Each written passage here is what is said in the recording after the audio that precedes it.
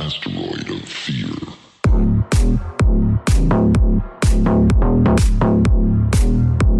Welcome to another episode of the Men of the House podcast. And today I'm going to be talking with Michael Ostrolenk. And we're going to be talking about some resilience and getting out of your comfort zone, doing hard things and all that, and which I love and try to do intentionally because that way, when life throws you those curveballs, then you're kind of ready because you've already, inoculated yourself a little bit. And so, yeah, life has been hard for me lately, and um, so I'm excited to have this conversation because who can't use a little bit of resilience? And I think especially if you're married with kids and have a job and all kinds of different responsibilities these days, and man, you turn on the news and the world is just crazy right now with the strikes going on at the shipping ports and man, but how are you doing today? Man, no complaints. It's a beautiful day here in Austin, Texas, where I'm residing for this a little bit of time. Yeah, Um, I, yeah, you were telling me you were a nomad. Where were you before Austin? And kind of give the audience yeah, a few idea of some of the places you've been, so we can kind of pull this experience together with the backstory and yeah, sure. understand this. So I spent about a month in Ecuador prior to Hmm. my time here in Austin, and it was an interesting time to be in Ecuador, and I'll share in a moment. But I was there for a few reasons. One, because I was training up to do a 50-mile go, which I did in May in Washington Hmm. D.C., and I was like, man, it'd be great to be in the mountains and the beaches of Ecuador. It's gonna be hot as F, it's like Hmm. 98, 100 degrees and humid. I'm like, that's gonna be a great place to train. So I literally trained 2 4 hours a day, just rucking. Beautiful environment. Ecuador has amazing food and beautiful people. It was like, yes, it is a great place. However, it was interesting because, like, I don't know if you track what happened in Ecuador back in late January, early February, but at the time there were about 22 narco terrorist gangs that kind of control parts of Ecuador. Hmm. And one of them, an uprising, took over their version of CNN, went to universities, and started killing college students, went after some politicians, literally 48 hours upon my arrival. And the president literally declared war against these 22 different narco gangs. The military came on the street, whole country was shut down. It's like, hey, welcome to Ecuador. So that was like my entry into Ecuador. It was really like, whoa, okay, this is going to be an adventure. Yeah, yeah. A lot of people would And pack up and a turn around, you know. lot of people, what? I said a lot of people would probably just take that cue, pack up and go the opposite way. So it's kind of impressive that you're like, you knew what you were there for, and you're like, well, I'm gonna roll with it. Well, so for the first week, you couldn't actually leave. The whole airport was Mhm. shut down. Oh, After that, I could have left if I wanted to. So like, and I chose not because I'm there. I'm here to train. It's all good. But I think a saving grace for me is when I train, I wear a weight vest. At the time, really good shape, short hair. So like, I'd be rocking the beaches and the mountains. And I was told like, you got to be really careful because this war is going on. Dot dot dot. I'm like, okay, I'll be really careful. On Saturdays, there's an expat party. So like, Americans, Canadians, and Ecuadorians get together and just hang out for like a few hours, drinking, eating, and stuff like that. So I got invited to these parties. And someone said, hey, are you the guy on the beach rocking? Because someone saw me on the beach. And someone else said, hmm. oh, yeah, you're the guy on the beach. I'm like, yeah. I'm the guy on the beach. They're like, hey, are you U.S. military? Are you here to train up the Ecuadorian military for the war against these narco terrorists?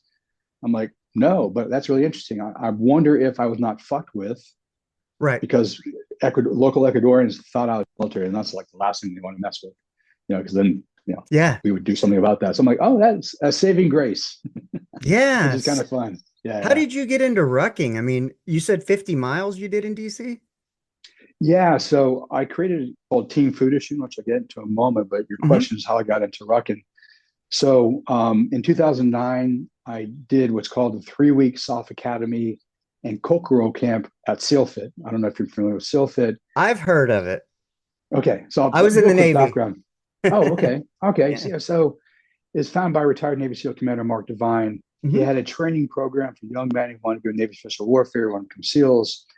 I was 39. I wasn't going anywhere, but I'm like, hey, that sounds really cool. I want to do this Yeah. program. So I literally moved to San Diego for a month, did that program. We trained 12, 14 hours a day, amazing cadre of troops. I had a SEAL, Dan Cirillo, God rest his soul. He died last year, 2 years ago by now. Yes, Taco. Talk, Taco. talk. I don't know him, but um Sean Ryan show, Mic Drop, Cleared Hot, some of my favorite podcasts. I'm very familiar with Oh, all nice. the people within the group and follow, because truth be told, I would have loved to have been naval special warfare when I went in the Navy, but that was not my path. Mhm. But very much so as a young child growing up on 12 acres, playing commando, in Yep, the yeah, yeah, yeah. late 80s, early 90s, wearing an Yep, I Alice hear you. pack, all Yep, that stuff. Um, very, very near and dear to me. And, I love veterans, the sacrifices that they've made. I definitely get it because I was in the Navy in the mid 90s, so nothing was going on during the Clinton years. And yeah, so I'm very familiar with all the names you've mentioned. man. I think it's like, yeah. So Dan, man, God rest his soul. He trained me up prior to the 3 weeks off academy. Uh-huh. Kokoro camp is 50 hours based on Hell Week. It's five instead of 5 days, it's 50 hours. And then he was one of the SEAL cadres during this whole process, and I can tell you about him. But eventually, we became friends and actually ended up working for him. Okay. So that was really cool. But I did the 3 weeks off academy, did Kokoro camp. I loved it. Like I love training, hanging out with these amazing elite athletes, Yeah. soft guys and stuff like that. And then Mark Devine invited me back. So to answer your question, rocking was a huge part of all that. Yeah. And then Mark invited me back to help him launch the Invaluable Mind Academy, to run his inner circle, which is a mastermind group, organize the summits, which he used to do, and to help launch, run, co-lead, and then run his coaching training program. So rocking is a part of all that stuff too. So I've been rocking since 2009. 2009. So what did you do before that? And did, so like myself, I graduated high school a year early, joined the Navy at 17, Okay, and, my path has been a lot of places, but always kind of centered in service, whether it was nice. the military. I worked at a mixed martial arts training facility. I've Oh, done cool. Okay, there in Austin, and I've done I worked in the hospitals, of course, and yeah, I did cooking for a long time, which is a form of service and oh very yeah, much kind of yeah. like the military because it's very designed around teamwork. It's a very fast-paced environment. The language and the attitudes are super similar in terms of, like something needs to get done, it just needs to get done now. There is no please and thank you. And but it's these situations that you begin to understand that, a kick in the balls is always going to hurt. There's no way to prepare for it. But if you have good people around you and you come out the other end victorious, it certainly makes that kick in the balls kind of worth it because you feel like you accomplished something. So kind of where 100%. did your journey start, like as a young man? Yeah, so I'm actually licensed as a marriage and family therapist at the state of California. Yeah, my graduate work was in transpersonal psychology. I did Hmm. postgraduate work in somatic or health or body psychology, so integrating spirit and the body into the work. And then all the usual family relations and family systems and therapy and all that stuff integrates into my work together.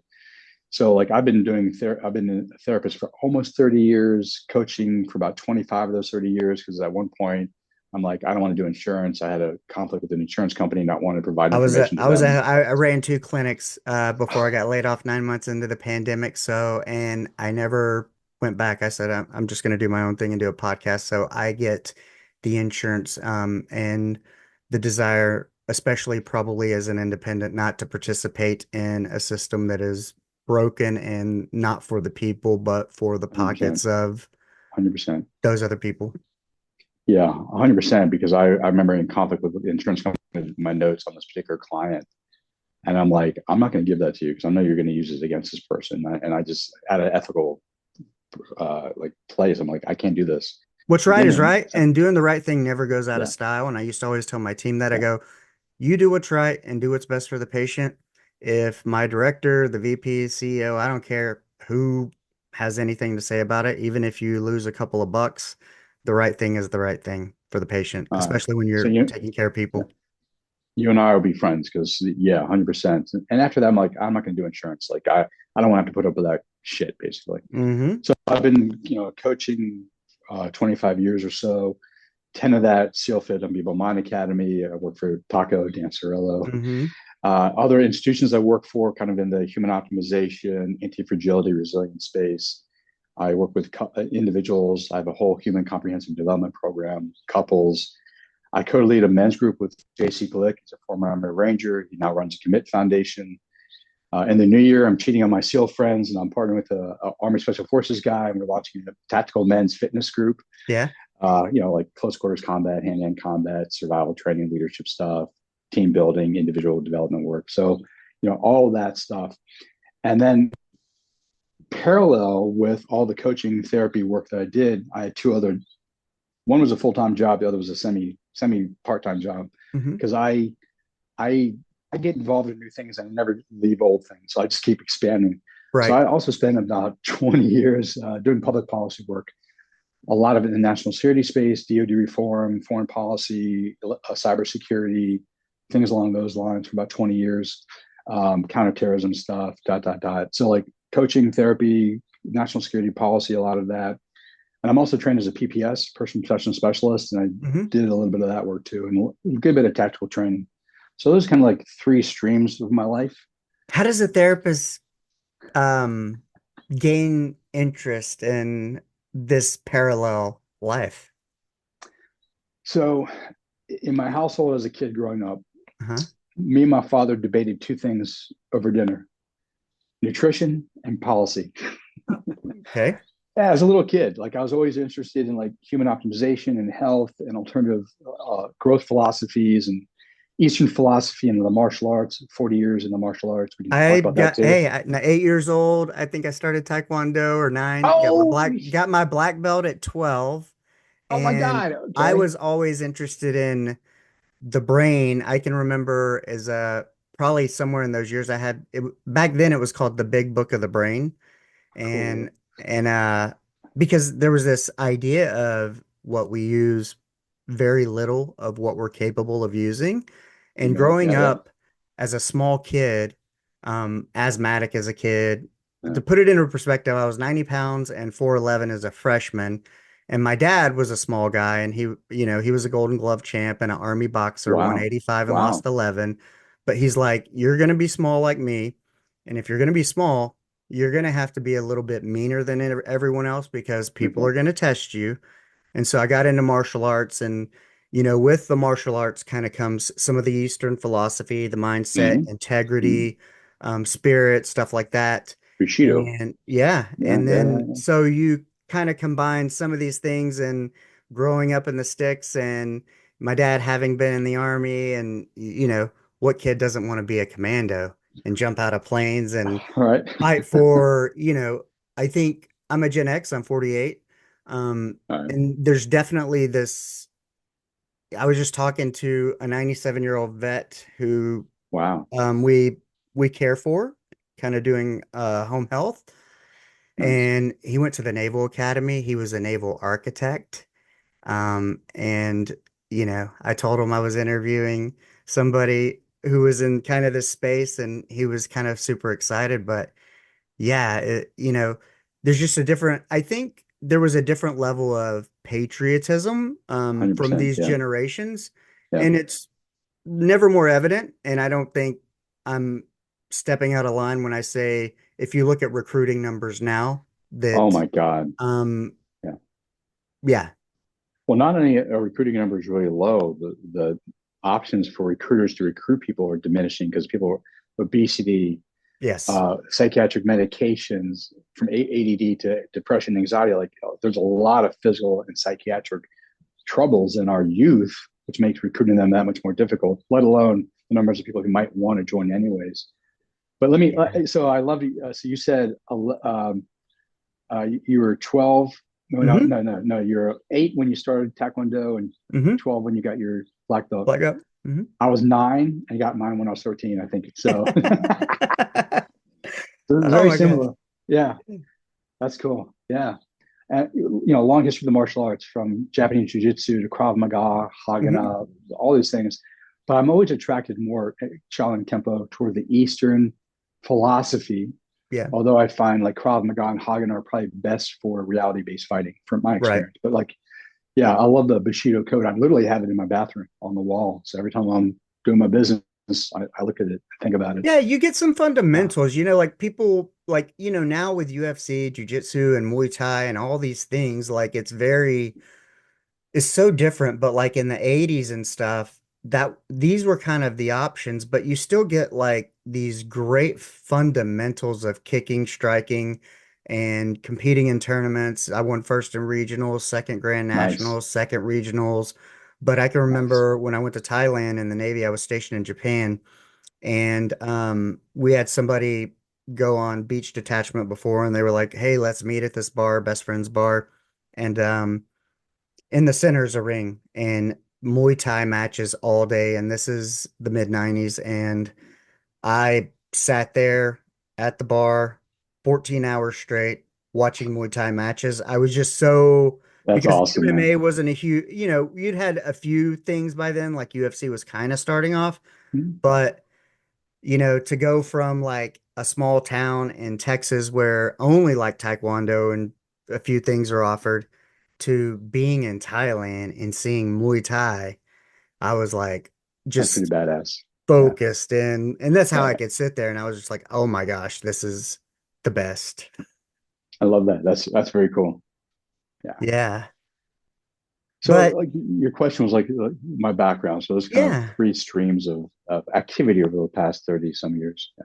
yeah. And so you when you're a young man and you're deciding this, did you consider the military? Did you know college? Did you know social work or or counseling, or were you like, I'm going to get some basics? Kind of what was that thought process going in because you had these different interests? So, I was 17 as a Friday, and I visited a Marine recruiter. Okay. And he's like, "Hey, you're too young. You need to have your father sign." I Yeah. said, "Okay." So I'll come back Monday with my father. He can sign. So I came back on Monday, and the beginning of the story is you're like, "This makes no effing sense." Like, Right. okay. So I show up on Monday with my father, and the recruiter, same dude from Friday, he's like, "I've been thinking about it, and I think you should go to college first." And you're like, "What? Like a recruiter saying that?" I'm like, "Okay, well, you're the recruiter. You might know." He said, "Yeah, go to college first, and then come back and see whoever's here that we can come in as an officer." I'm like, "All right, that makes sense. Okay, Yeah. okay, cool." All right, so I didn't know this. I didn't find this until 10 years later. But so I talked to him on Friday. My father visited him on Saturday.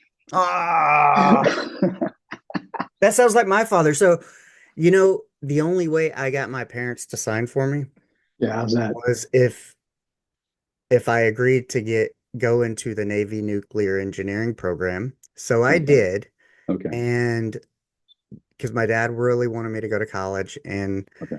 I didn't really want to. And my mom, because I graduated a year early because of that reason, I was like, I just want to go do my thing, my passion. But my mom's like, well, when you get there, change your job. You're already in. We already signed for you.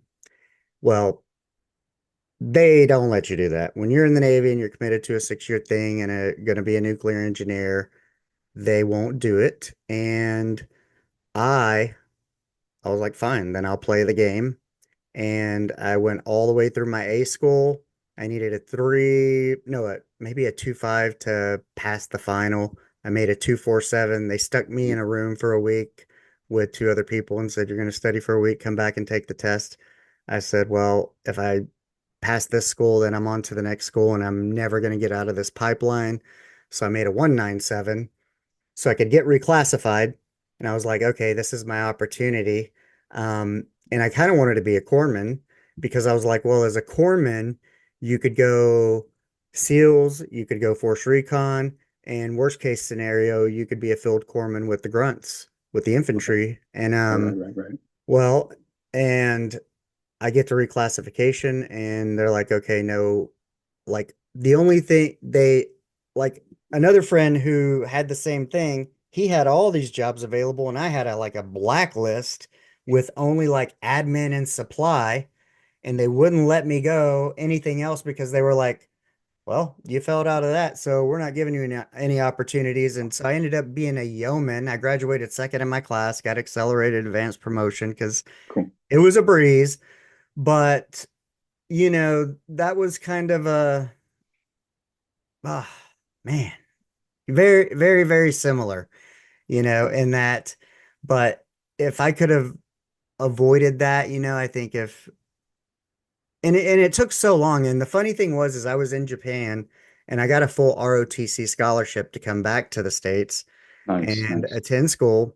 And I remember not wanting to take it and talking to my father via payphone over calling card in Gosh. Japan. And he's like, well, we worked too hard for this. I'm like, what do you mean we? Because he wanted me to go to college. Hmm. And I had my 19th birthday in Japan.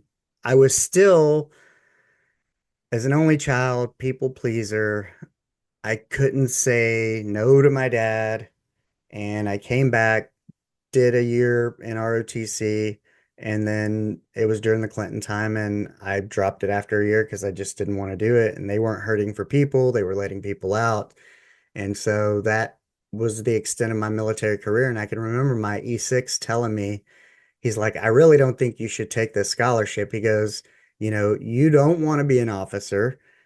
He's like, and at that time I'd been in 18 months, a little more. And he's like, if you take this program, he goes, your officer career will be the same length as the time you've been in the Navy now. And he was right because I ended up dropping it because that was not me and it wasn't what I wanted to do. And, I hope this resonates with if there's any fathers or young men listening, is that there's always going to be this point in life that you have to try to be your own man and you're going to have to Yep, tell your yep. parents, your father, no, Hmm. this is not for me. This is not what I want to do. But then also, if you're a parent, a father, I would say nurture whatever your child's desire is and support them because I was always of this thing. Okay, if I was smart enough to get into the nuclear engineering program, then I'm smart enough, but just because one could be a doctor or could be a lawyer doesn't mean one should be a lawyer or Right on. should be a doctor. And so I would just, as we talk about mindset, resilience, and some of these things, I think that's kind of an important note. 100% agree. And if you don't mind me stacking on Yeah, either go the for it. father to the son or the son to the father, two thoughts across my mind, one for each, is like when I had a course correction, I was actually in the MBA program. A friend of mine was murdered, had a great night of the soul. A month later, a teacher committed suicide. Just a really hard emotional time for me. I'm like, what do I really want to do? I don't want to do this path. What I really want to do is what I was interested in as a kid in the psychology, Hmm. alternative philosophy, optimization stuff. And that's when I ended up going to grad school. My father, always supportive of me, but he um, very concerned about my school choices, that it wasn't APA approved and it's going to limit me down the road. And very conventionally thinking down the road, like Yeah, what this would mean for me. And for a while, I took that as like he doesn't support me, as right, opposed to like he has his views, and maybe they're limited compared to me. Cool, but he actually does care and support me, right. and like this is his way of making sure I'm making a good decision. Yeah, So, like for the son, be open to that your father is doing his best to guide you from whatever he knows about life.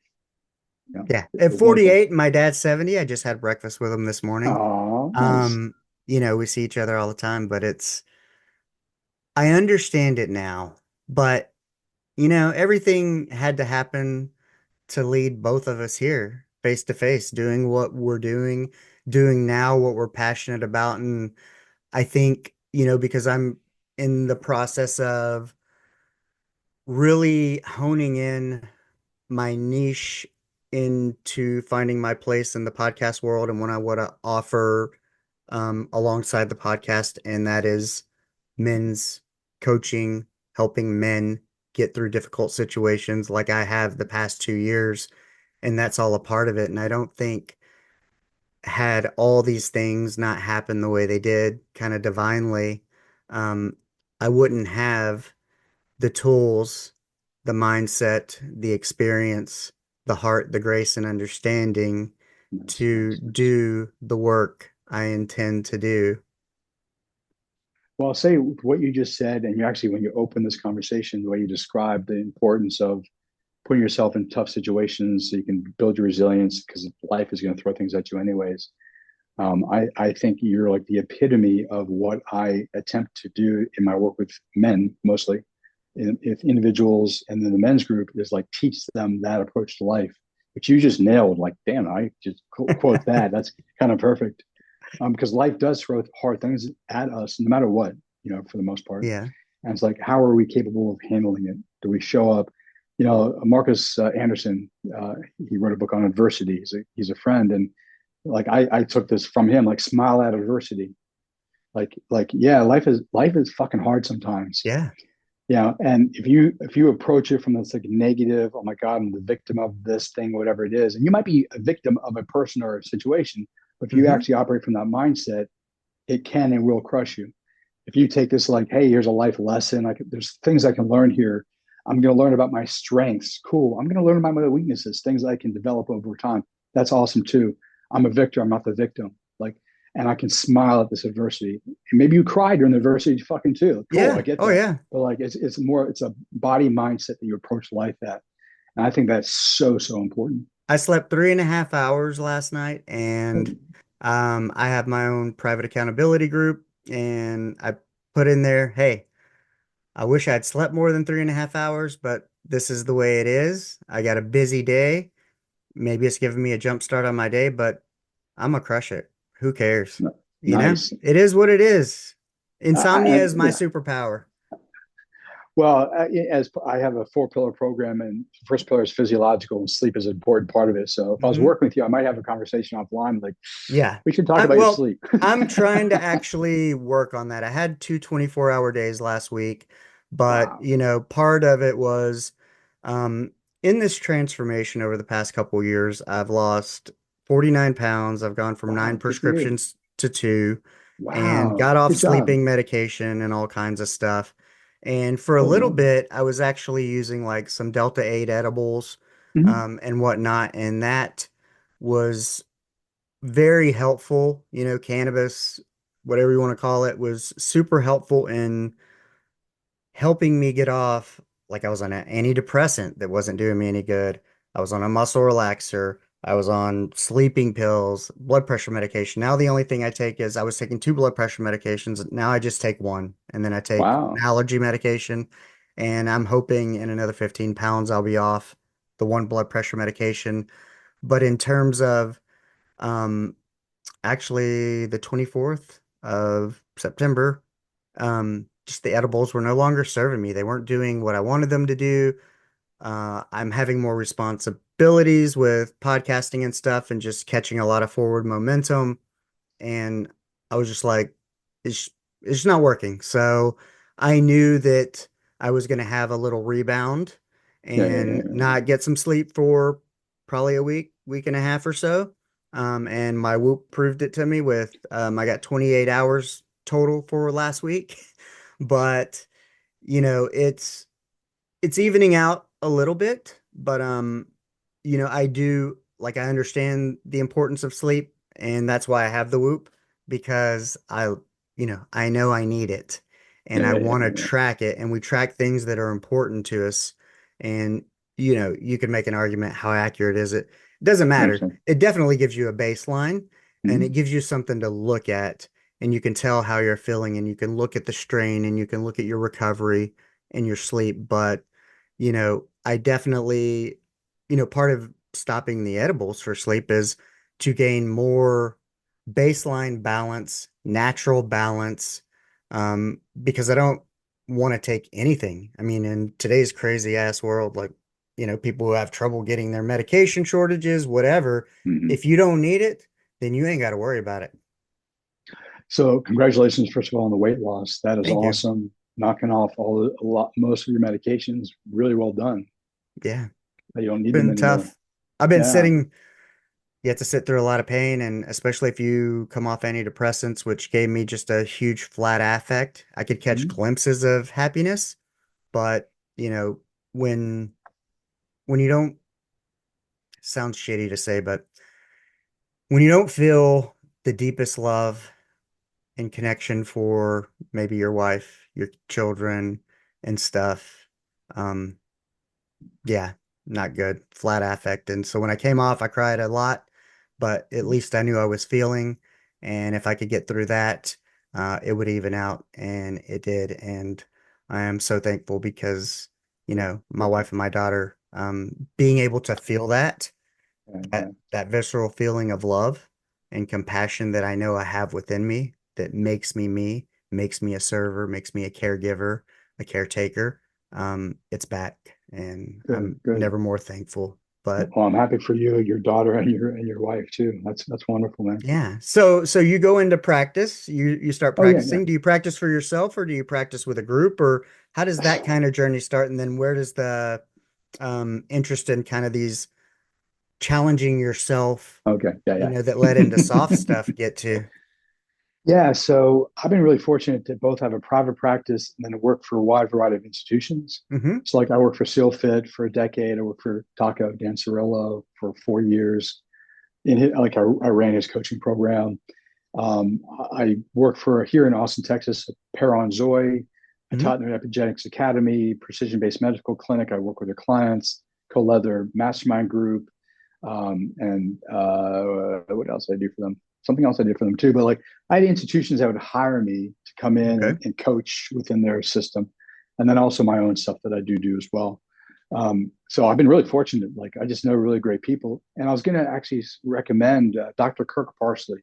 Hmm. He's a retired Doc SEAL. Parsley. Yeah. Yeah, okay, because he might be a great guest on the sleep stuff. His Yes. his expertise is sleep. I'm more than And he happy to has make like him a a good. formula you can buy He on does. He Amazon, I'm pretty does. sure. Yeah. Yeah, yeah, yeah.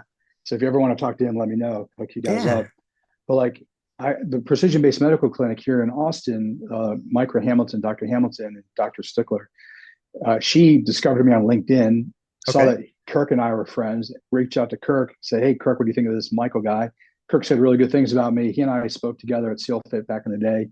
And so Micro called me up, and the next thing I know, I'm like all in their ecosystem, working for many different things, and that's kind of epitomizes like my path of the last 30 years. I get Wow. really connected to some great people doing really cool stuff. I work within their system. I do my own stuff, and I keep working for different really great people. And so you knew that mindset kind of piece. Now, when you were kind of doing the traditional like counseling therapy type stuff, we all know that it has to do with the mind, but did you approach it like from a mindset point of view that your mindset is what's equal to you getting better or is what's gonna propel you forward out of whatever issue you may be dealing with, why they're there in front of you in the first place? So I can't help doing what I'm about to say because my mind always goes systemically. So yeah, like mindset's really important. What happens between our ears, like how we think about things, what language you use, the Right. tone, the volume, internal as well as external conversations. But someone who's trained in somatic or body psychology, the whole body is important to me. Breathing patterns, posture, muscle tone, things like that, because all that is an expression of one's psychology. So I don't limit to like how we think about stuff, but also how the body expresses how we think about things too, and how we think about things is also an expression of the body. It's like, how do you optimize the physical body, open the system up so you can be more effective, productive, healthier, happier, those kind of things.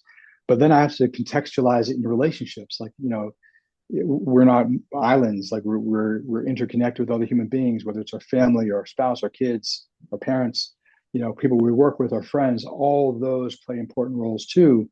So I look at all that stuff too, plus the environment. Like, oh, what's the environment we live in? You Okay. living in rural Texas, I would imagine, is a different experience for you than living in Austin, Texas, or Absolutely. Okinawa. Were you in Okinawa, Japan? Is that where you're I was stationed? actually in Atsugi at the air base and we would Okay, deploy to Yokosuka. okay, so that whole part of the world is different than Austin, Texas, than Oh different for yeah. rural Texas. So environments play an important role in psychology and physiology too. Diet, nutrition, sleep. All I mean, I can't help but like thinking all these things. And when I first started as a therapist, all that stuff as I get more and more I learned, I started thinking broader and broader and broader and broader and Mm-hmm. broader. So an individual might come in with a particular issue, like I want to work on this thing. And I always think like, okay, that's the vehicle in to develop the capacities, the inner resources necessary to, yeah, let's deal with that. But like, let's help you deal with everything, Yeah. not just that issue. That's always my mind goes there. Yeah, it makes a lot of sense. Like when having the similar backgrounds of martial arts and whatnot, um, there's that kind of physical fitness component, but Mm-hmm. also it is very, interestingly enough, I think about it too, because where I grew up, when we first moved here, I think it was like 400 and something people, then it was like 600, 800. Now it's like 3,500, Wow, that's a big difference. but very Baptist. And I'm not Mm-hmm. throwing shade at religion, but Yeah. it's different conceptually when you grow up kind of interested in martial arts, Eastern philosophy, Buddhism, and they don't separate kind of the spiritual aspect of what I call kind of alignment with the physical part of it. Yeah. Where I think religion kind of focuses more on something that's more cerebral and mental, even though I think if you're tuned in and you believe in a God or a universe, it kind of is a feeling. But as a young man, young boy growing up in kind of a duplicitous environment, Mm. you know, it it was definitely more challenging. It was a little outside of the box to consider bringing it all together versus thinking of these things as totally separate, Separate. you know? 100%. Yeah, that's also kind of my experience too. What's interesting though, transpersonal psychology was my graduate focus. So we studied religious systems and spiritual practices within the Hmm. different religious systems, like prayer, meditation, yoga, psychedelics, Yeah, sensory deprivation. There's certain pain techniques certain Native American tribes use, et cetera, to or alter consciousness, non-ordinary hmm, states of consciousness. But what's interesting is like you think about it, yeah, like for many, Christianity is a very cerebral thing. Not for everyone, but yes, for many, as an example. But if you actually listen to what God says through the Bible, if that's your belief system, the body is thy temple. right. So if you really took that seriously, you have to think about what you eat, what you consume, like Hmm. what you not only what you eat and drink, but literally what you consume through the How you eyes, talk what to you listen yourself. to, all that stuff. Yeah, it's like oh, so like you could actually go from cerebral to whole systems Would you go to into the any. church and cuss at Jesus on the cross? Yeah, No. And if and you're an embodiment of Christ kind of type of thing, that's what you're trying to live and be like, why? I still suffer with it, but you know, just thinking about it, as you said yeah. that, that's what I thought of. Yeah, yeah, no, because in the Christian tradition or the monotheistic Judaism, Islam, Christianity tradition, we're creating God's image. God Right. doesn't make mistakes. Like, so if you cuss yourself out, you're cussing God's great work. Wow, take that seriously. Yeah. Pretty powerful. Did what did your what kind of results and successes did you have with, let's say, patients, and what did they think, like if I come to you and I'm like, hey, I'm having this problem, I want to talk about it, and then you bring in a more holistic approach and you're like, well, how is this? How's your sleep? How's your nutrition? Do you exercise? What do people think of that when you initially kind of introduce that? And then what kind of results did you get afterwards? So you'll appreciate this and this is counterintuitive. So when I interview a client to see if it's a good fit, like, am I Right? fit for you? You'd fit for me. I actually try to convince them not to work with me. Yeah. Because they'll be like, "Oh, I'm very interested." I say, "All right, cool. Think about it for 48 hours. I don't want you to do it because you're excited because we had a great conversation. I want you to Right. do it because you're willing to do the work that I just Yes. walked through. That's going to be required to do my program because there's a lot of work. Because we're going to be tracking and working on physiological, psychological, social, and environmental factors. Like it's a lot of good work. Hmm. All right, so they come in knowing that they're going to do a lot of work, and my couples are the same. Like, hey, this isn't just you talk to me every couple of weeks and we just talk Right. for an hour. Like, you're going to have homework to do. because I am helping you change how you show up for yourself and your partner. And it took 20, 30, 40 years for you to learn how to show up as you're presently showing up, and it's not as effective for you as you like. It's going to take work to undo those bad patterns and Yeah. replace it with something more effective and efficient for the ends that you seek in terms of intimacy, love, and connection. All right. With all that said, so people know they're coming in to do work. The results I get are really cool, because what I have people do is for the individual work, we create an integrated training plan. Like, Hmm. here's what's going to guide us for at least 6 months of our work. And then they journal every day to kind of see how they're living out. Is there an alignment? Use the word alignment. Like, I claim to be wanting to do this. This is the kind of life I'm creating.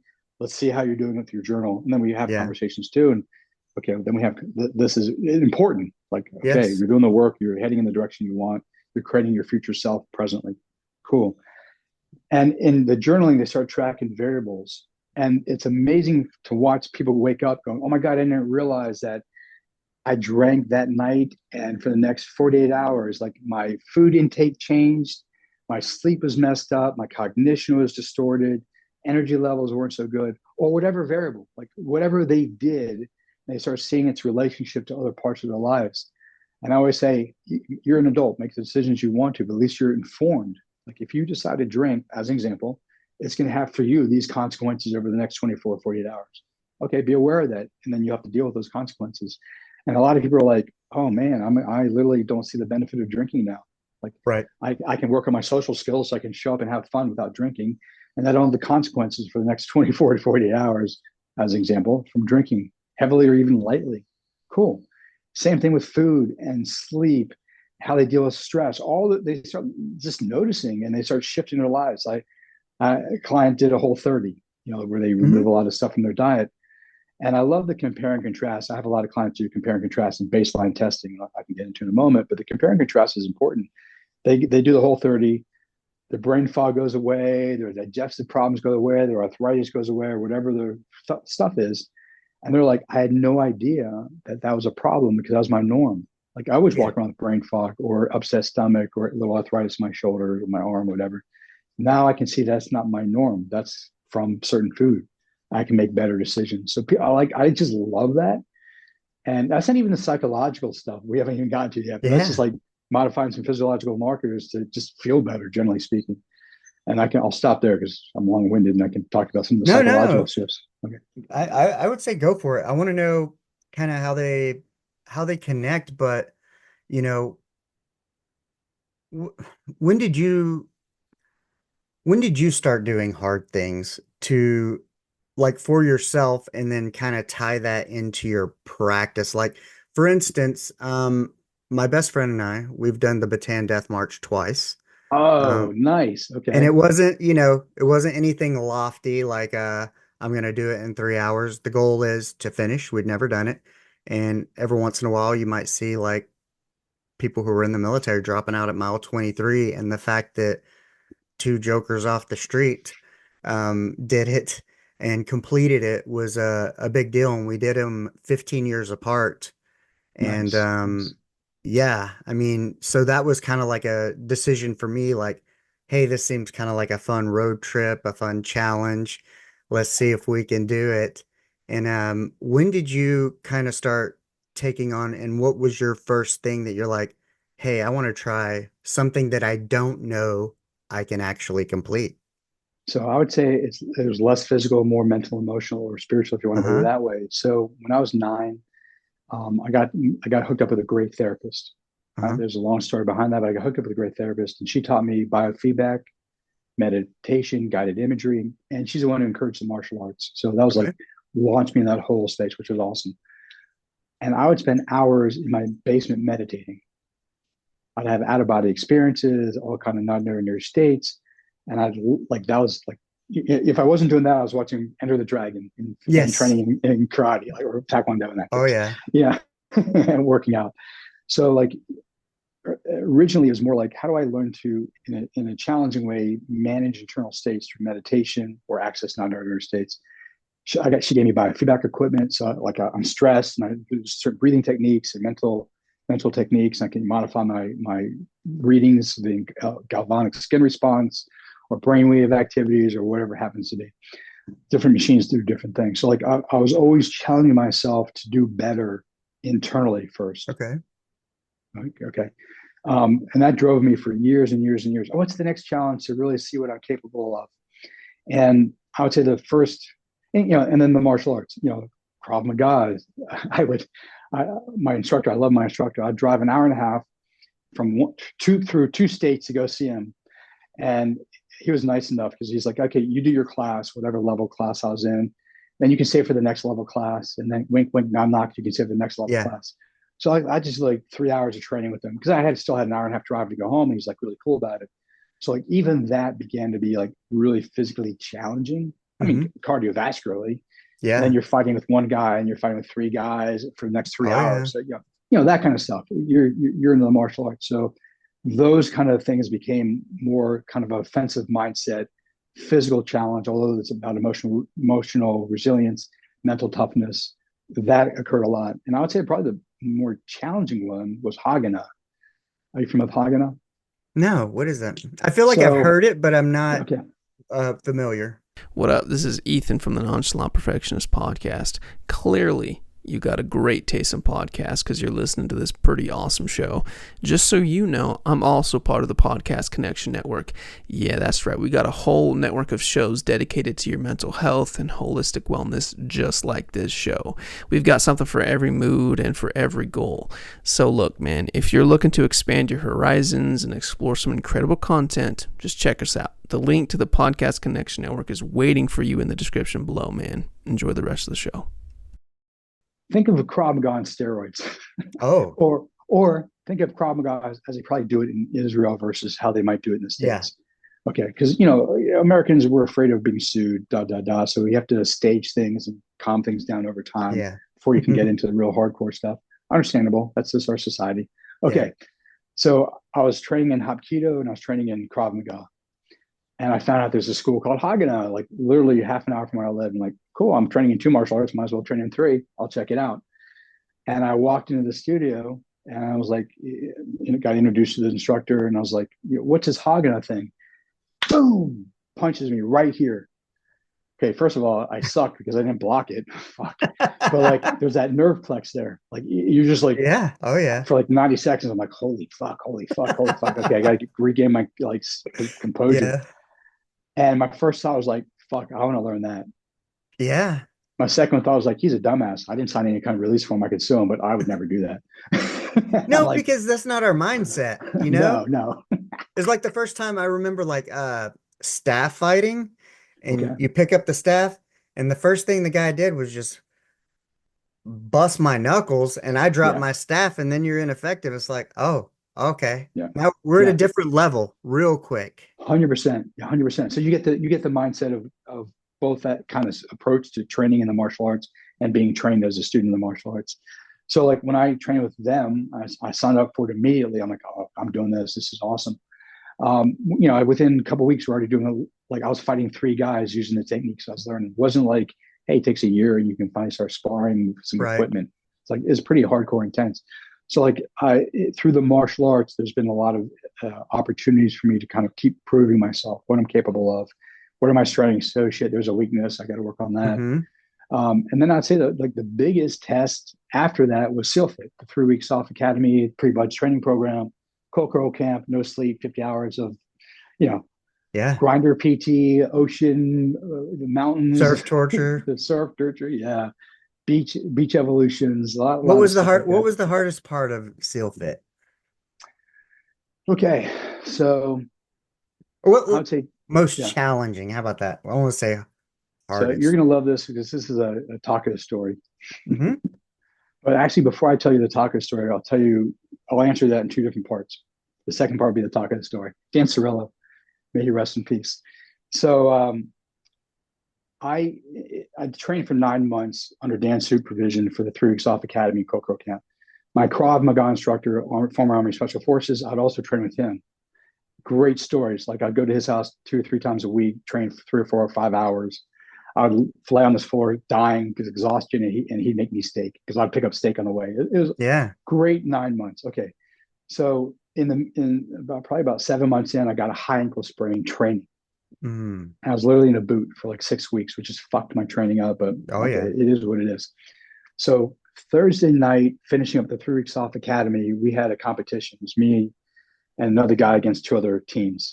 And we won. But me and like these guys were like, I was 39, I was almost 40. These guys are 21, 22, Oh 23. yeah. Amazing young athletes. Two of them are already military. They're getting their contract to go buds and stuff like that. So it's just awesome. Cool. I re-injured the ankle. And I'm like, fuck, it hurts, but I'm not going to not do Kokoro camp. Yeah. Like I've gone this far. There's no way I'm going to quit on my team. There's no way I'm going to quit on myself. So I literally just wrapped up my ankle, and that caused a whole host of problems because you're supposed to take your shoes off and change your socks. And we can get into that in a second. But so like, Oh yeah. there's some physical challenges during Kokoro camp. Cool. All right. So here's the Dan Cirillo story. So, and you'll definitely appreciate this having heard Dan on. You said Sean Ryan, I think, Mm-hmm. or Andy Stump's show. So I thought, okay, he trained me up. He's gonna like me. He's gonna treat me a little bit better, at Kokoro camp. Like, oh, this is gonna be so cool. Fucking reverse. He's like, his expectations of me were even higher than everyone else, and Yeah. he's gonna bust my balls even more than anyone else. And I didn't realize that. I'm like, oh, he's gonna like me. Yeah, yeah, yeah. All right. So it might have been like 30 hours in, no sleep, and he comes up to me. He's like, Ostrolenk, yes, Coach Rillo, I heard you fell asleep. Now you're not allowed to sleep at all. If you fall asleep, you and your Boku get punished. And I thought to myself, well, I didn't fall asleep. I'm like, but if I tell him I didn't fall asleep, then I'm gonna call him a liar. Yeah. But I did say I fell asleep, even though I didn't. I'm gonna get my Boku in trouble. I'm like, fuck, there's no win here. Shit. So, so I'm like, I just shut up. So I knew punishment's coming. And he's like, all right. So he called a halt to all the training. He lined up all my fellow students and all the SEAL cadre, and he made me apologize to each and every one for falling asleep. And I'm like, this is fucking embarrassing because I didn't fucking fall asleep. And I look like an idiot. I look like, I'm a fucking ball sacker. But okay, apologize, apologize, apologize, You're like the apologize, old apologize. man. The old man fell asleep. Oh, fuck. Yeah, yeah. Like, this sucks, dude. Even though 39 is not even old. That's true. That's true. But I'm like, okay. So I go through and I apologize to everyone. It's embarrassing, but I'm like, okay, lesson learned. I don't know what the fucking lesson is because I didn't do anything. But the lesson is like life throws at you some things that you can't figure out. You just got to go with it, right?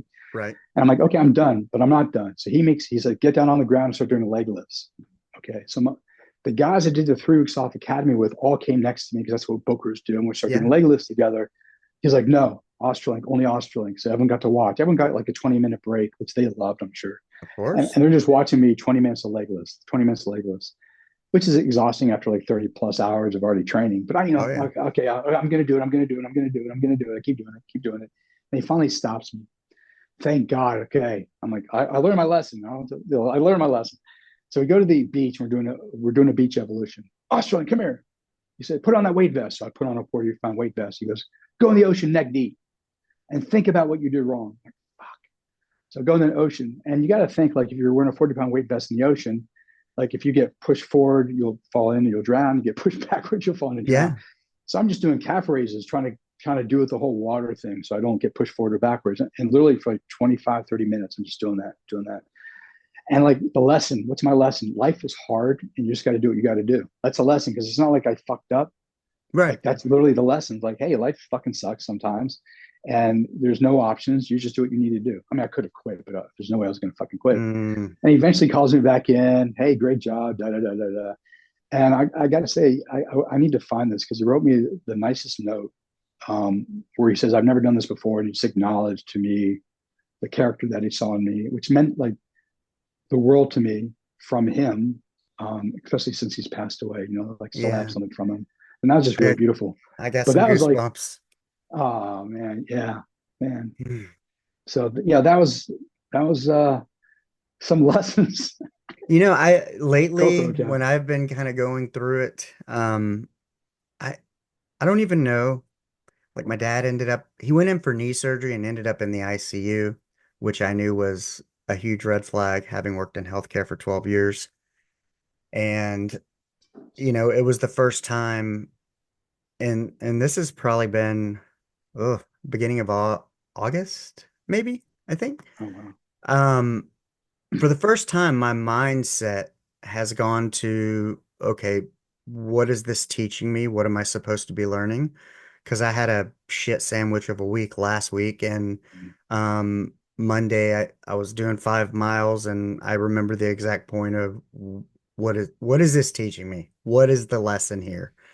And I think on the first one was, um, I heard this on a podcast, maybe somewhere, or I a version of it, and my version is you're going to have a last conversation and a last interaction with everyone in your life. So you better make them count. And because my dad was intubated in the ICU and we'd gone on vacation, and I can remember telling him, like, it's a knee surgery. It should be routine. You should be fine. It's so advanced now that typically some people are going home the same day, or they just hold you in obs overnight and you go home the next day. And, feeling like, I'm trying to comfort my 70-year-old father to tell him, don't worry about it. And he had a bad feeling about it. And I'm like, things are going to be fine. And, to think like, oh, is that your last conversation? And then with the shit sandwich I had last week and figuring that out Monday, because Sunday was just horrific. It was kind of like the culmination of an entire week was, you know, the space I'm in, the things that I do, podcasting, wanting to help people, being a parent, you know, trying to teach a 10-year-old all the stuff that, you can learn stuff in school, but, you know, character traits, not being a follower, being unique. And I'm like, and being a podcaster, not everybody, people are going to hate and throw shade all the time. And as long as I'm in this space, and you're going to have to learn to ignore it. And this is not the first hard time. And I made a post, after I hit the 5 miles, and I felt it. And I remember, like, I used to be this very angry person, especially when I drank and would break shit. I've broken 3 windshields out of cars and just horrible. And I was like, I feel this person coming back up. I need to suppress it. And there was this moment. I'm walking down this hill and I go, why are you trying to suppress it? Like, fuck that. You need to choose who you want to be. What are you about? You feel like shit because you're out of alignment, Mm, spiritually, physically, all kinds of stuff. You know what you're about. You're kind, caring, compassionate, understanding. You lead with love and grace, forgiving. That's what makes you feel good. That's what you want to put out into the world. This is, I go, I don't want to carry this vibe. I don't want to mm, look standoffish. It's not the vibe I want to put out into the world. And I was like, it has to be a choice. And I can tell you, I made that post. I felt good about it. And um it's like as you're making it, my wife calls like, "Oh, my vehicle won't start, so now you got to deal with that." I'm like, "Great." But I'm like, "Fuck it. I'm gonna go crush it." And I did. And when I nice. changed that, as soon as I changed like choice and I'm choosing to be the person I want to be aligned because alignment feels good. It feels truthful, it feels invigorating. And then every interaction I had with a person after that was just magic and things Wow. fell into place. But, you know, it kind of goes back to, what we're talking about here is this mindset and this choice to push through. And I don't, do you choose resilient? Is resilience something that's built, something that you have, or is resilience kind of a choice to bounce back? A choice to have a quality of resilience, I guess you could say. How do you Uh, define resilience in yeah, that there's matter? some excellent questions.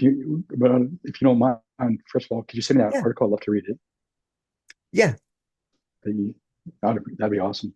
Um, just curiosity, how's your dad? Like you said, he had a premonition, but like, what happened? He, you know, we I'm gonna get the medical records. I'm kind of letting things you ever have an employee that thinks they got away with something Mm, and you wait a couple of weeks and okay. then you address it?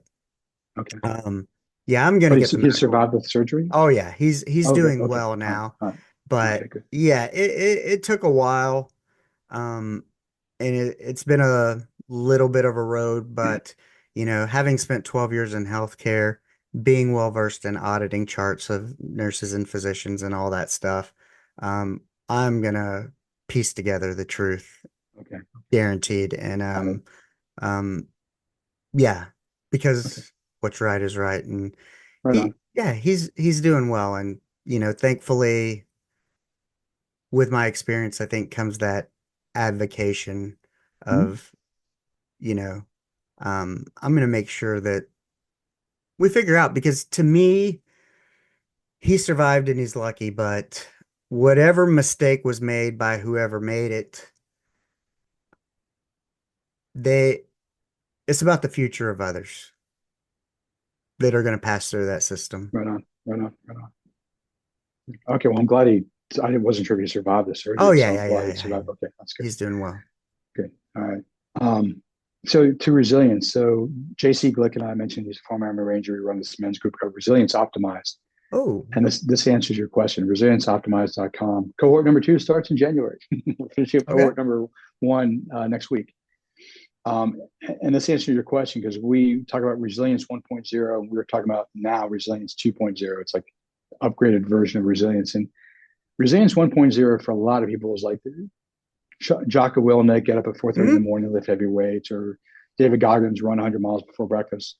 Really physically challenge yourself to do really hard things. All that's awesome, really important. Like you as a man need to be physically capable so you Right. can be healthy and productive. Maybe some tactical training so you can make sure you can protect your family. Like if You there's a don't want to fire be in a the house, victim. It's a crazy you don't ass want to be a world out victim. there. Yeah, yeah, the VUCA environment for sure. Like if there's a fire in your house, can you carry your kid out the window and down a Yeah. chain ladder, or over whatever? Like you need to be physically capable just in case there's emergencies in the home, let alone just to be for longevity purposes. Cool. All that's really important.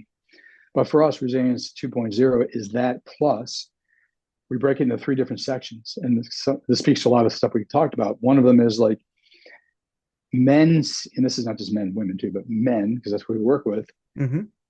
seem to have a hard time feeling, thinking, and sensing certain parts of themselves. And they seek distractions because they don't like what's going on inside themselves. Porn, drugs, alcohol, Guilty. work, working Avoidance. out. They like to avoid whatever's happening. So for us, resilience is the ability to sit longer in your own shit. Oh, sucks. Don't Sun, I repress it. did it for 15 hours and it was fucking horrible. Okay. So that's a wow, that's a long time. Okay. Yeah. Which is great because because what happens if we don't allow this stuff to come in through our system? It comes out sideways.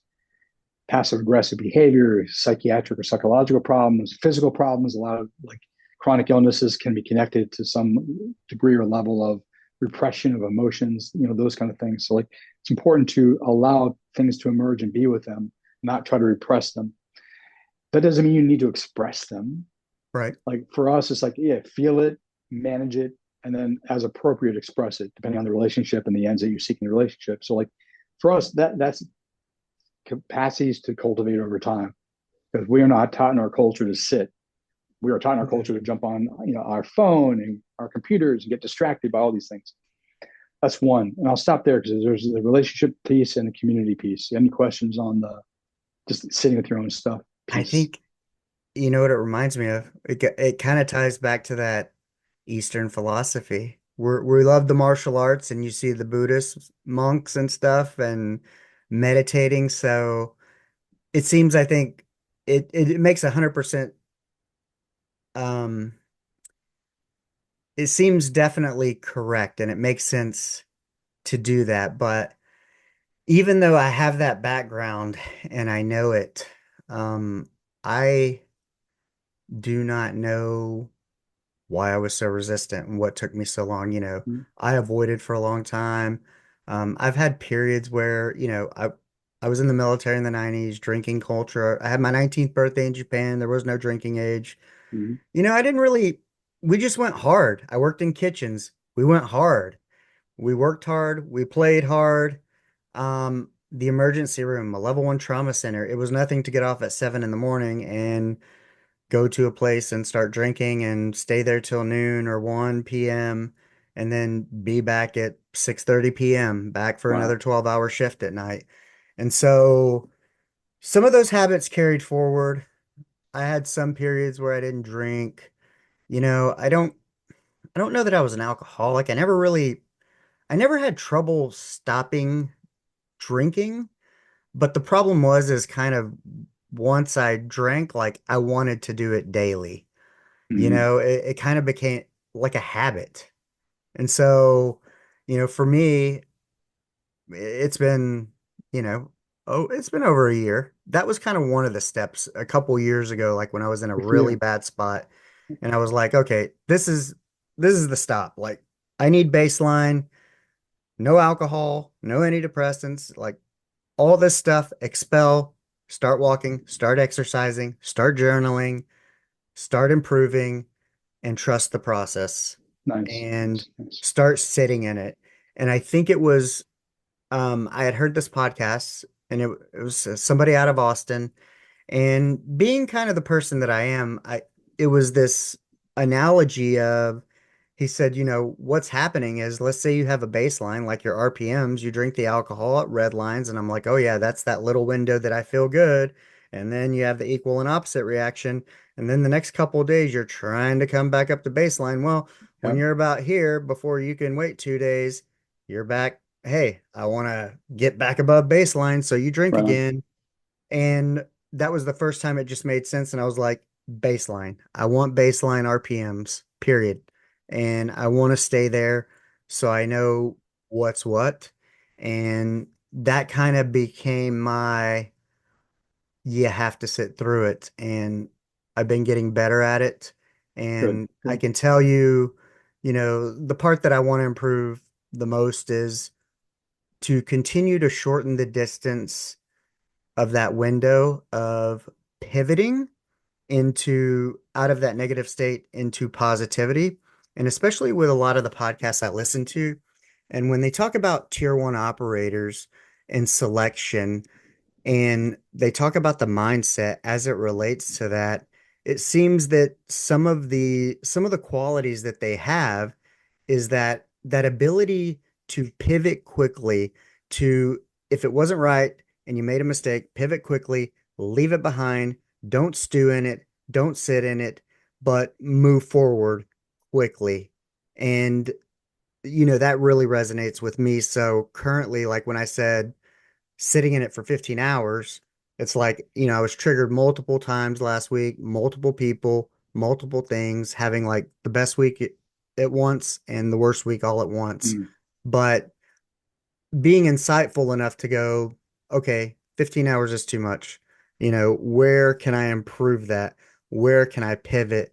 So almost in that way of going, um, I'm 48. I'm not going to be a tier one operator, but a tier one operator to myself and my Mm-hmm, hmm. mindset and that quality of, um, hey, this didn't go exactly the way I wanted, or I stepped out of alignment of my character.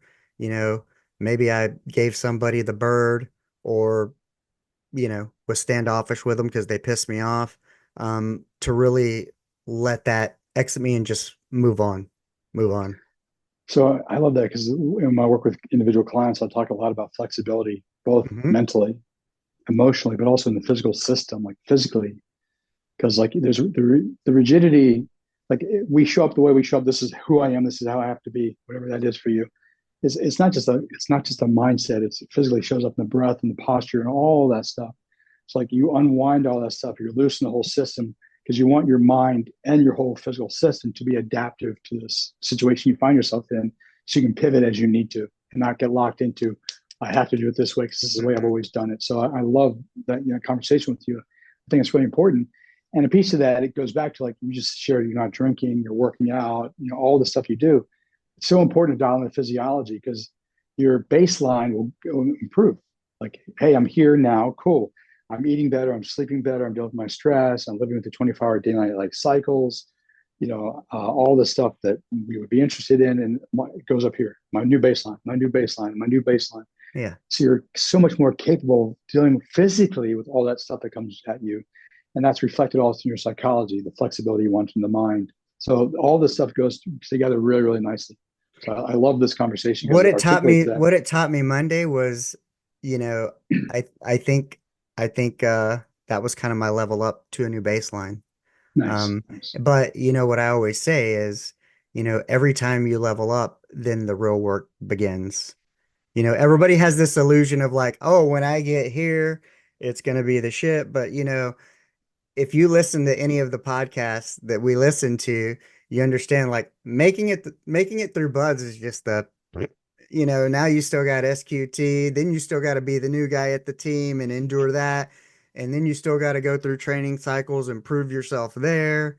And then, prove yourself a worthy teammate, a worthy individual, because, those kinds of environments, just like the ER, it's based on, um, can you can you conduct yourself in a way that you're a value add to the team? Because the moment you're a detriment to the team, you're off the team. And in the ER, that may look like you're going to be sitting in the observation unit, babysitting, psych patients or snotty noses.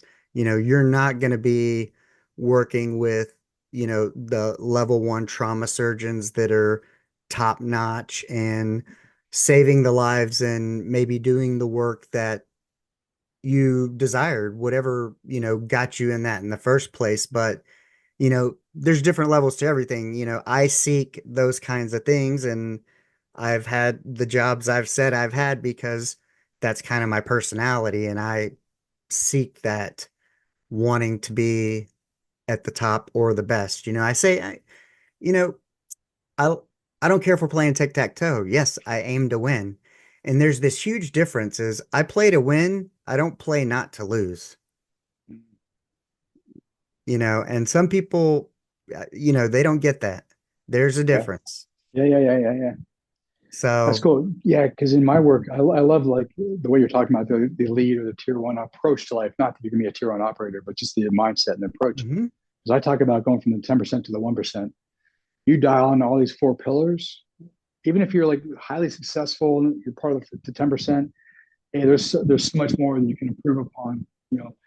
You dial in these four pillars that I started talking about, and you can go from the 10% to the 1%. And a lot of that could be really subtle shifts. It's not like major huge things because you're already doing pretty well in areas of your life. But I would imagine for a lot of these guys and gals, hey, they're really successful here. But in order to be really successful here, they fucked up over here. Like their Yeah. marriages aren't great, their kids don't like them, their health sucks, or whatever the Yeah. combination of things are. Hey, you want to be a tier one operator in life, not in combat, but or the Yeah. 1%. You got to take what got you successful here and apply it in all the areas of your life, and then When, some. when especially I think, one of the biggest things is I've interviewed other people on men's groups and whatnot, people who lead them. And, I'm at a phase where I've kind of got my podcast on a regime. I got that piece figured out. Not perfect. There's still improvements to be made. But, my thing was like, hey, I'm going to develop myself, sell myself so people know who I am and what they get. And whenever the time comes, the universe tells me what I should be offering as a service or selling, then Nice, I will nice. do that. And because I always say flexibility, you got to bend so you don't break, like a palm tree. Yeah. And, and so I have a business coach, and it's like men, the troubles I've had and the development I've done over the past couple years, this is what I want to focus on. My podcast is the Men of the House podcast. And Nice. so, understanding that, hey, this is now the direction you want to go. But, I definitely try to keep an open mind and say, because I used to be very, very rigid, as a young man.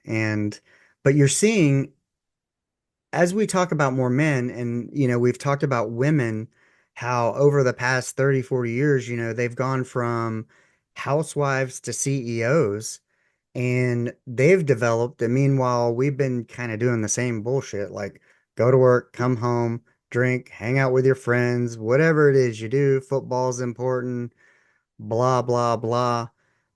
Avoiding, never really um, working on ourselves. And especially, I love Andy Stumpf when he's always like, hey, like maybe you're a great operator, but everything else in your life is a damn dumpster fire. That doesn't make for the complete package, No, when you talk about that kind of stuff. And so, you know, as men, we have to understand that it's not anymore. Like more is expected of us now. This is 2024. And not only that is what do we want kind of the male species to be like 20 years from now? I mean, I have a 10-year-old, I have a 22-year-old, a 20, and a 10-year-old, all daughters. What kind wow. of people do I want them to marry? If Yeah, you'd yeah, asked me a couple years ago, even, yeah. and this is kind of hard to admit, would you want your daughter to marry somebody like you? 2 years ago, I'd have said, no fucking way. Mm, Now I'm a little bit closer.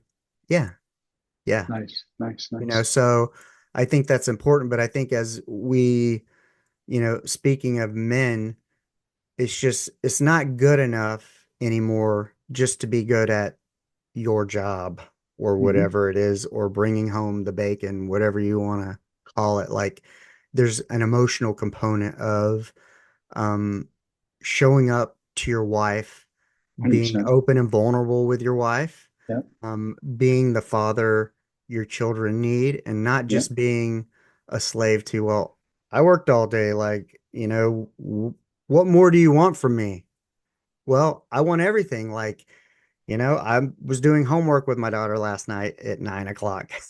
you know, uh, Whatever it takes. It was like, hey, we did homework. I'm the one that got her ready for a shower, did the homework. We read for the last 30 minutes of the night together. We had two copies of the book, one from the library, her own personal copy.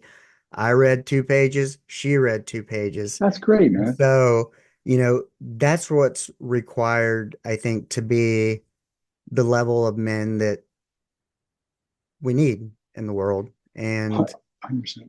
And so, but what are the top three mistakes that people make when they try to overcome adversity and you're trying to make some of these changes for yourself and evolve into a better person? Yeah. Do you mind if I speak to the relationship Yeah, piece go for a for it. moment? Because Absolutely. you named a lot of really important things I kind of want to highlight Yeah. as well. So, like, I was talking about those three areas of resilience 2.0. One is Hmm. like, hey, you need to be aware of what's going on inside of yourself, fully manage it, and learn to express it in healthy, productive ways. Cool. Okay. Interpersonally, and let's just stick with a heterosexual couple, Hmm. man, woman. So, like, men seem to have a tendency to want to fix their messy wife. Oh, she's messy. I'll solve her problem. And the question is like, are you solving her problem because you feel uncomfortable, her being messy, or are you solving her problem because you actually want to help solve a problem? It's usually a combination of both. Yeah. I do care for her, and I want her to feel better. And it's really uncomfortable for her, for me, when she's like that, whatever that is. Yeah. Cool. So, like, when I work with these men, I'm like, okay, what I want you to learn how to do, and this is, you have to learn how to do this because we're not taught this in our family of origin, is how can you be with your wife in such a way that she actually needs you in that very moment? How Mm. can you show up for her as she needs you to be? And there's a lot of pieces of that, because it's not saying deny what's ever going on inside of yourself, but it requires an intimate type of communication all the time. For you to assume you know exactly what she needs and try to fix her, no. Maybe she wants you to help her solve her problem. Cool. Maybe she just wants to express whatever's going on for her inside of her system, and she just wants you to listen. But it requires you to actually ask her, hey, honey, or whatever you call her, like, hey, Hmm. what would you like from me right now? How can I best serve you? How can I best be with you? How can I best support you? And those questions need to be asked all or repeatedly, because it's not like, oh, now I know it. Yeah. Because 5 minutes from now or 5 days from now, It completely different changes. question. I've Yeah, been with yeah, her for 18 years and yeah, it changes. yeah. Yeah. So it's like, If anybody yeah. says, hey, babe, and I turn around, it's probably likely because that's what she calls me. Oh, nice, nice. Oh, Yeah, so you learn how to be with your partner in the way that she needs you, and it's reciprocal. I mean, yeah. it needs to be a conversation both ways, and it goes to your point about men need to be vulnerable. Hmm. Like, as much as it's important for women to feel safe sharing whatever she's feeling with you, she also needs to commit to creating a safe environment for when you share with her whatever's going on for her. It's like, hey, we're not going to use this against each other, 5 days Yeah. from now when we have a conflict. Like, no, like we are safe spaces for each other. We're going to support each other. And, we talk about tier one operators. A friend of mine's former dev guru, he says this to me all the time. He's like, two is one, two is one, two is one. And when I work with my couples, I was like, hey, you guys got to really, as a mindset, ingrained in your mindset and in your body, literally, that it's you two against the world. It's not you against him or her against Two you. is one and one is none. Yeah, exactly. And it's a mindset that needs to be ingrained in the physical body. So I actually have practices that I have couples do to learn not only to regulate themselves, heal their own wounds, regulate themselves, and evolve, but like how do you co-regulate together? So you can actually take on the world as two as one. And it's a beautiful thing to watch. Like I work with couples, and the first couple sessions are like kind of, Yeah. Yeah. and by the end of the 6 months period of time, it's more like they're close, they're connected. You can literally energetically see them. Physically, they're connected. They're smiling even during tough stuff, and they're dealing with it together as a couple, as opposed to two injured little kids. The parts coming up and I got an interesting kind of story on that, and it relates to the podcast in that, you know, I have a master's, managed couple clinics, got laid off 9 months because they shrunk management and all this stuff. And I tried for years. I put in applications and I got some offers, and I didn't want to move. I didn't want to take a pay cut. um, all kinds of reasons. And, regardless, I was like, okay, when I decided to fix myself and stop drinking all this shit, I was like, start a podcast. What makes me an expert? Because I listen to them. But anyway, the point was, is I was like, my wife, she didn't really understand it. And it was about this job and how are you going to make money? And I was just doing Uber Eats and kind of these side things and very resistant because it was this kind of whole what we talk about these traditional roles and whatnot. And there was some point, like when I broke it down to her and said, like, let's look at our situation. And the way everything is okay, I don't make the money I used to, but with kind of how everything is arranged, we're okay. We have everything we need. We're not wanting for anything. That job and the amount of money I make hasn't prevented us from doing anything we've wanted to do the past several years. And, once I started kind of explaining, and I don't know how, what, why, maybe she just loves me that much, which I'm thankful for and supports me. But there was some point, and I had this kind of thing of going like, I had so much trouble with the podcast because it was like we were, I'm going one way, she's going the opposite. And I was like, man, if she would just support me and both sets of energy are pushing towards the same direction, then it's going to make a whole hell of a difference in the podcast. And there was some point that I don't know if, because I would have these discussions with my father, and she spends a lot of time with him because she actually gets paid through the VA to care for him, take him to yeah, appointments. And yeah. that's how we both work through that through home health. And once she kind of got on board, understood who I am, what I'm trying to accomplish, what I'm about, and she saw that the freedom that it allowed, like for me to be, I guess, a more engaged father and spouse and all these different things. And I still have a lot of work to do. I'm not claiming to be perfect. I'm just better than I was 2 years ago for sure. But Excellent. once that happened and the energies were traveling in the same direction, um, myself, the podcast, everything just has been propelling forward, and Man, it that's has made a beautiful. huge Yeah, difference. yeah, yeah. And when you said that two is one, you two versus the world, um, I totally felt that with the podcast. It makes a huge difference, and part of that is that communication and vulnerability. And I can tell you, even though we've been together for 18 years, through different times and what, it's like a snake.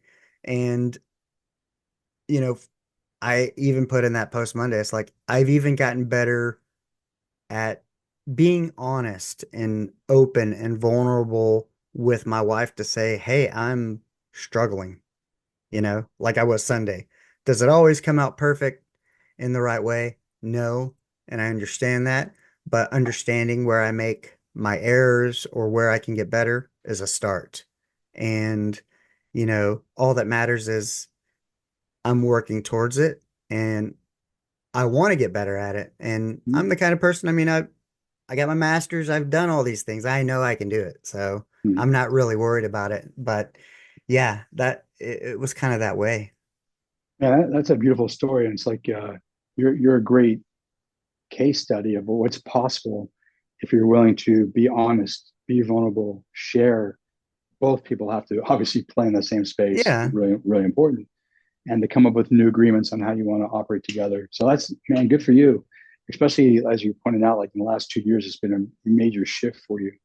I Oh mean, yeah. between the weight loss and getting rid of a lot of your medications, I think if you improvement can of go your from the brink of relationship. divorce to thriving more than we ever have, I guess, at a different level. Yeah, yeah, Um, yeah. yeah, yeah, Cool. That's good. yeah. Yeah. I'm super grateful, super thankful. But that's why I married her because, um, for me, out of all the qualities, I was like, I knew she'd be a great mom and a great wife, no matter what. And I knew that if for some reason we never worked out because my parents divorced when I was 19 or 20, and Mm. um, I knew that she would never be kind of vindictive or whatever because she was married once before, and you know, we've been together since the other kids were 2 and 3, and I'm very tight with her ex-husband. Wow, Um, that's cool. oh Okay. yeah, and we've known this, because I said, hey, I'm never trying to replace this, whatever. It takes a tribe. I can remember breaking down New Year's Eve one year, our transmission went out and we were stuck on the side of the road, me, my wife, all the kids, and we were near his work. He worked at FedEx. He was the first one to show up. He sent them in his car and he stayed on the highway with me, waited for the tow truck, rode together. I've stayed with him. We go to breakfast the time all Oh my together. God, that's We've great, gone on man. family vacations. And I can tell you, 18 years ago, people thought we were crazy. They were like, you're friends with your wife's ex-husband and all this kind of stuff, and y'all do this, and you stay at his house, and y'all hang out and blah blah blah. And but his parents, he treats my daughter like he does his own. So, and you know, it I look at it now and I go, it wasn't that crazy.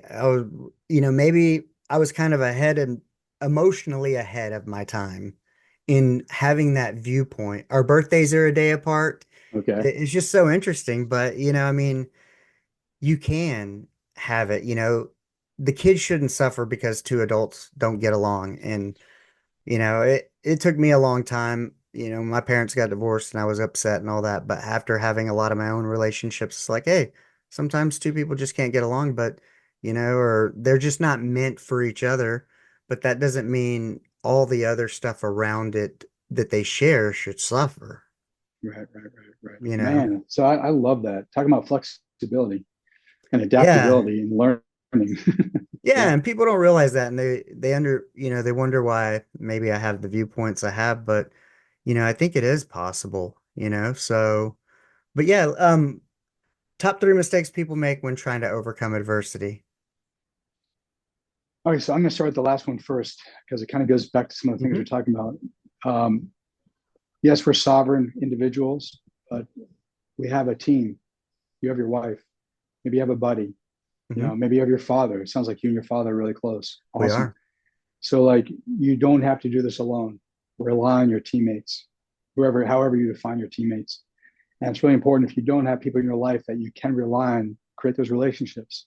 And the first question to ask is like, how am I showing up in such a way that I don't attract someone who could show up for me that way too? I say go Because out and be the person that you would want to meet. That's my perfectly, saying. exactly. You just said it differently, but exactly that's how I'd say Hmm. it. So like, hey, if you don't have a team, create a team and be the best teammate you can be. Yeah. So like the 3 a.m. friend, if you want to put it that way too. All right. So that's one. Second thing is the physiological stuff. It's really important as best as you can to keep those things dialed in. Because usually under stress, we drop our physical training, we don't eat so well, we stop sleeping well. And that's all cycling to make our ability to recover from whatever it is psychologically that much more challenging. So like, My you know, calories suffer when I go into a slump. I don't eat. yeah, some people eat too much, some people don't eat enough. Exactly. Yeah. And we mess with our sleep. We don't move as much. We don't physically train. We, all those things, too much alcohol or drugs or whatever we do. Right. Yeah. So like, you know, keep your physiology dialed in. And then another mistake I think we can make is not looking at the situation as an opportunity to learn about ourselves and the people or the situation at hand so we can use it for growth. And it's really hard to do it during. If you can do it Yeah. during, awesome. If you can do it after reflecting back, that's great too. It's an opportunity to look at my strengths. Man, I did pretty good here, here, and here, and here. Good for me. That's awesome. You Yeah. want to celebrate even the littlest wins. Awesome.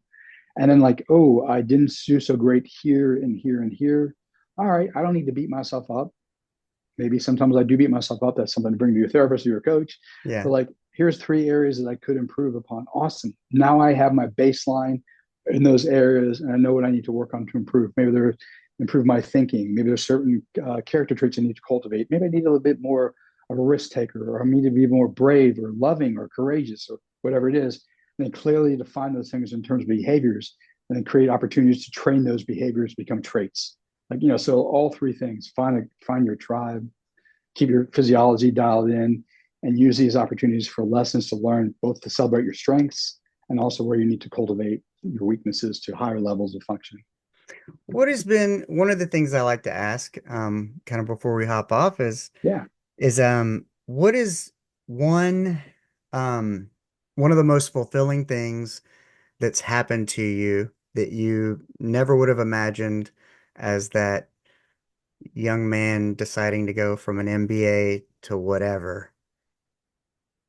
That's a And you great took that question. chance and you're like, and something that you're like, man, had I never made that chance, trusted myself, pursued my passion, this magical thing, never in a million years that I think would happen.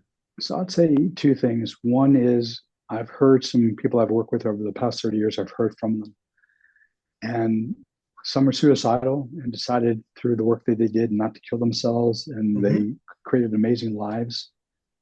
And like that just touches me really deeply that I could have an effect on someone to recognize that their life is important, and then they could go on and proceed. And they did the work. I was just there as a listener or supporter, cheerleader of sorts. Yeah. And then they can go on and do some amazing things. So like that in itself was really heartwarming for me. I had a client who survived 9/11. He's in the trade centers, and he thanked me for helping him begin to work through his trauma. And now he's literally, I heard from him about a month ago, and he worked with a trauma expert since our work together. It cleared a lot of the trauma, and he's just thriving. So it's like, wow, even if I'm a small catalyst for the slight changes he needed or someone needs that leads him Right. on a new path of growth and health and stuff, that's love. That's awesome. And then outside of, positively impacting other people, I say, completing Kokoro camp and the Yeah. 50-mile go ruck under time was like, that was effing awesome. Yeah. Like, as in terms of like doing something that's really effing cool. Yeah, yeah. Those 2 things stand out. Yeah. Because it's like you prove to yourself that, yeah, well, and back in 2016 when I did the Bataan Death March, Mm. the only way is through. You're only as sick as a secret. I drank half of it the Jameson the night before Holy doing shit, dude. 26.2 miles and completed it. Wow. Okay. I wasn't the fastest. This was like 7 hours, 8 hours, uh, but 26.2 miles after drinking half a fifth of Jameson is, Jesus Christ. it's dumb. Uh, I don't recommend it, but no. that's the kind of grit I have. And, sometimes I remind myself that, yeah, you're sometimes can be dumb. If you're gonna be dumb, you better be tough. I know I have a lot of grit. Sometimes it doesn't always surface when you need it mentally. The physical pain is like, oh man, I can make it through anything, whatever, whatever, whatever. But man, I tell you, and Andy Stump says it all the time, is like you take your car to a mechanic. Um, what's the difference of getting your this checked out? on a 100%. regular Coach, basis, like therapist. a Yeah. check engine light, before it Yeah. comes on and before Yeah. it's a problem. So yeah, yeah, it's been interesting, but yeah. I'm gonna go get some movement in, and I got all kinds of I gotta go to my daughter's school. We got school events today, but I will definitely be in touch with you again, Please. because I have a bunch of ideas as I'm rebranding and finding my place in the space. And I've been running into incredible resources thanks to Podmatch and people like yourself showing up and just being so gracious with your information and your time. And I really appreciate it. And thank you for coming on today. Yeah. Thanks for having me. I look forward to future conversations for sure. Yes. Awesome, Yeah. man. Well, Cool. you have a good rest of your day, and Thank you. I gotta go get some movement in. I gotta practice what I preach, if you know what I There you mean. go. I hear you. Good luck, man. Enjoy your All time right. with your daughter too. You All too. right. Ciao. Bye. Well, that's a wrap. I hope you enjoyed the conversation. Please remember to rate, review, and subscribe wherever you get your podcasts from. Remember, go out and be the person that you want to meet. Let go. Asteroid of fear.